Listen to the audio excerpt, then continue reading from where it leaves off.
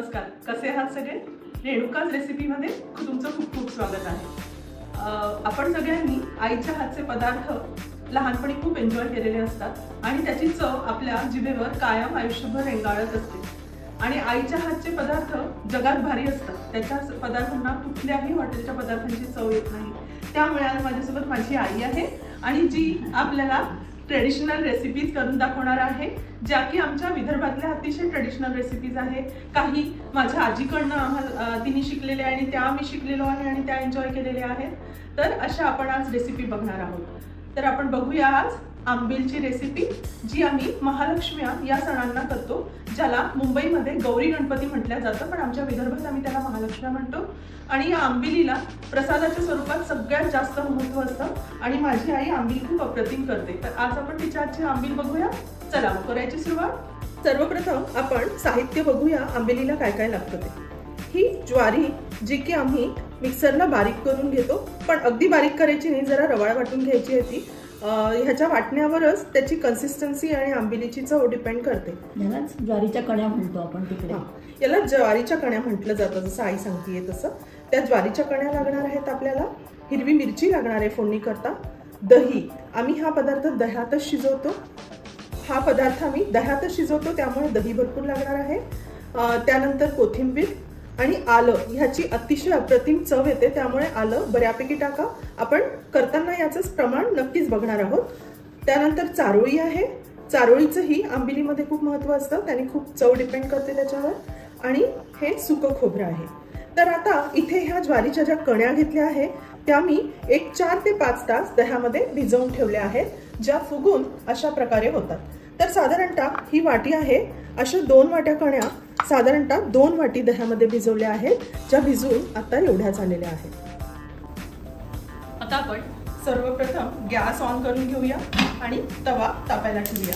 तसं तर हा पदार्थ ना कढई किंवा गंज यामध्ये खूप छान होतो, पण आज आपण तो गॅसवर करणार आहोत, सॉरी पॅनमध्ये करणार आहोत, कारण हा नॉनस्टिक पॅन आहे आणि ज्वारी चिपकते शिजवताना, त्यामुळे मी थोडाफार ग्रॅनाइटचा नॉनस्टिक पॅन घेतला, अगदीच नॉनस्टिक नाही आहे हा। तर आपण हा तवा तापायला ठेवला आहे। आता यात आपण सर्वप्रथम तेल घालून घेऊया। आई, तुझ्या प्रमाणाने तेल टाकूया। जरा पुण्याला बऱ्यापैकी घालायला हवं। चमच्याने 2 चमचे तरी लागतील तेलाचे, पुरे होईल इतकं तेल। अच्छा, ठीक आहे। मग आता तेल नंतर आपण आई यात काय घालून घ्यायचं आहे? आधी मोहरी हवी आहे का तुला? हां, जिरं, मोहरी, हां, हिंग, ओके, जो आपण सांगायला मगाशी राहिलेला आहे। हां, नेहमीप्रमाणे जी फोडणी देतो आपण।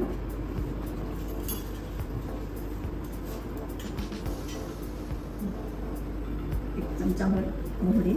हां, तेल बऱ्यापैकी तापलं आहे, मोहरी तडतडू दे। बरं, मोहरी छान तडतडली की जिरं घालायचं, नेहमीसाठी फुललं। जिरं फुललं तडतडलं की हिंग घाल। आई यात हिंग किती घालायचं आहे आपण? अर्धा चमचा पुरेल ना। हिंग जसा स्ट्रॉंग असला तर थोडा कमी, आणि हा विकतचा जरा इतका वास नसतो त्याला, त्याच्यामुळे थोडा जास्त चालेल। हो, घाल अर्धा चमचा। बरं, घाल तेवढा। छान थोडंसं त्याला हलवून घे, परतल्यासारखा होईल तो हिंग। थोडा कढीपत्ता हा बारीक चिरलेला,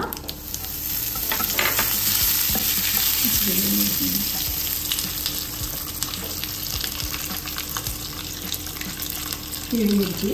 हिरवी मिरची साधारणतः एक 2 ते 3 चवीप्रमाणे। तिखट हवं असेल तर जास्त, नको असेल तर तुम्ही कमी। मिरची किती तिखट आहे त्याच्यावर, कमी तिखट असेल तर जास्त चालते।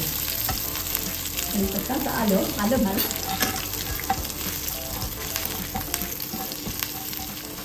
आलं जरा जास्त लागतं, भरपूर घाल। एवढं घालू? घाल तेवढं घाल। आणखी अर्धा चमचा। त्याला आल्याची जास्त छान चव येते, कारण कांदा लसूण वगैरे नसतं ना। आता खाली घालायचं, पटकन घाल। पाणी हा एवढं घालू? हो, समोर भाजी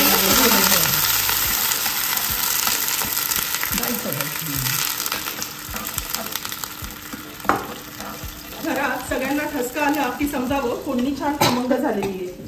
मीठ आपल्या चवीप्रमाणे घालायचं, कमी जास्त. यात एवढं एक मेजरिंग स्पून घालू का अजून थोडं घालू? थोडंसं घाल. 1 आणि अर्धा घातलेला आहे. आता साखरही घाल 2 चमचे, कारण दही आंबट असेल तर थोडी जरा जास्त. ठीक आहे, मग या मेजरिंग स्पूननी मी 2 चमचे साखर यात घातलेली आहे. थोडी हळद आपण घालणार आहोत. हळद नको जास्त. आणि आता याला छान उकळी येऊ दे.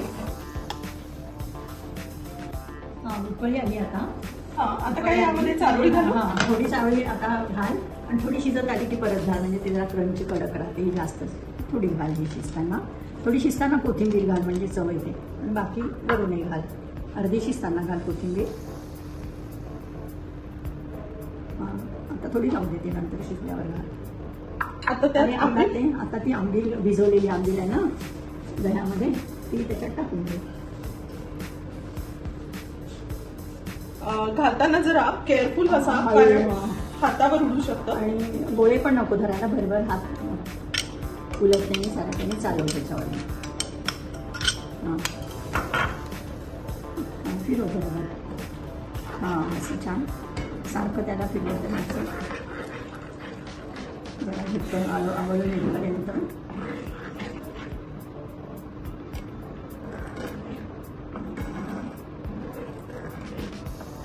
आता उकळ याला काढूयात का? जरा झाकण ठेवू? नाही, थोडं मोठ्या गॅसवर चांगलं खतखत शिजू दे थोडा वेळ, मग झाकण ठेव.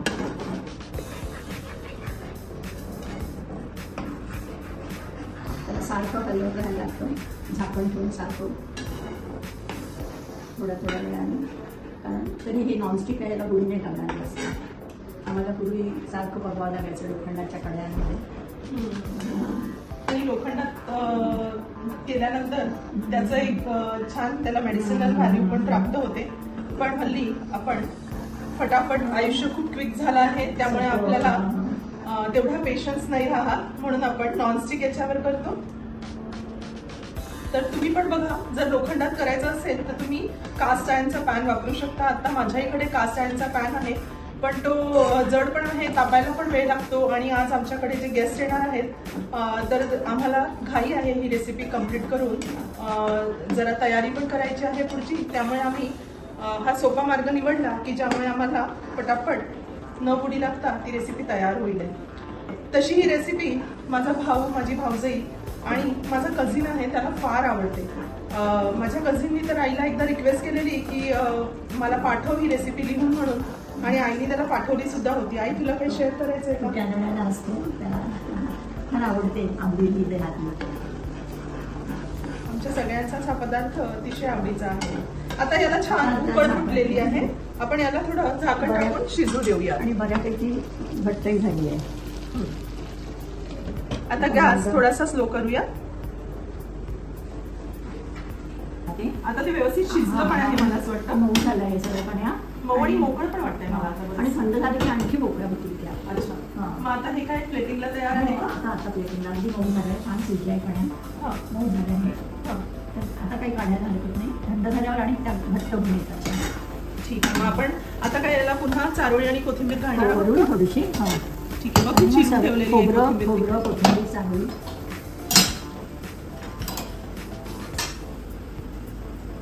तुला खोबरं हवंय का? हो.